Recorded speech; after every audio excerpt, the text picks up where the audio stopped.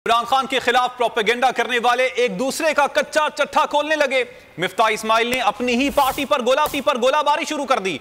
निजी टीवी को इंटरव्यू में कहा, आईएमएफ पर तनकीद से पहले अपने गरेबान में झांकना चाहिए। आईएमएफ से राब्ता कट जाता है तो दीगर इदारे भी कर्ज नहीं देंगे। ओपन मार्केट पर यकीन रखता हूं, इसाक डार नहीं रखते। डार साहब रोज आकर मेरे खिलाफ टीवी पर बात करते थे। मिफ्ताह इस्माइल ने एतराफ किया कि डिफॉल्ट का खतरा बढ़ गया।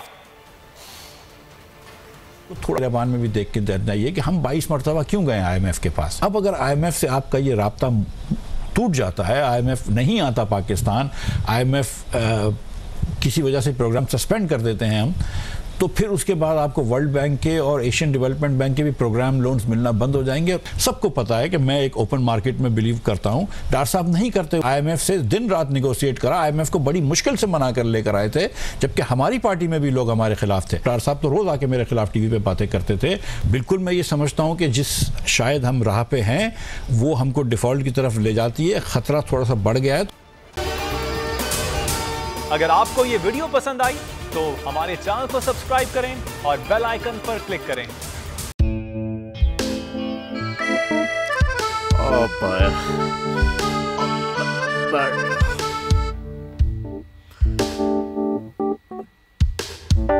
इंतशार से निकलने का वाहिद हल इंतखाबात हैं। हकीकी आज़ादी मार्च आज रवा। हाँ साहब, आयत के मुताबिक अगर आप उसको ये रिपोर्ट दे दें तो मैं आपको 3-4 सीटें खरीद दूंगा। मौलाना हाँ साहब, वो जो रिमोट हमें दे दे और वो जो नीली पीली चैनल है वो लगाए। जाओ शबाज। हम ऐसा टीवी देखते ही नहीं जिसका रिमोट हमारे हाथ में ना हो। और यहाँ पे कोई 2 नंबर ही नहीं चलेगी। और हम कोई गुलाम है जो आप रिमोट मांगे हम दे दें? Absolutely not. यहाँ पे सिर्फ पाकिस्तान का नंबर 1 चैनल चलेगा, बोल, जो हकीकी सहाफत की जंग लड़ रहा है। पाकिस्तान के लिए कोई और नहीं, सिर्फ बोल खड़ा है। आप सब भी बोल देखें।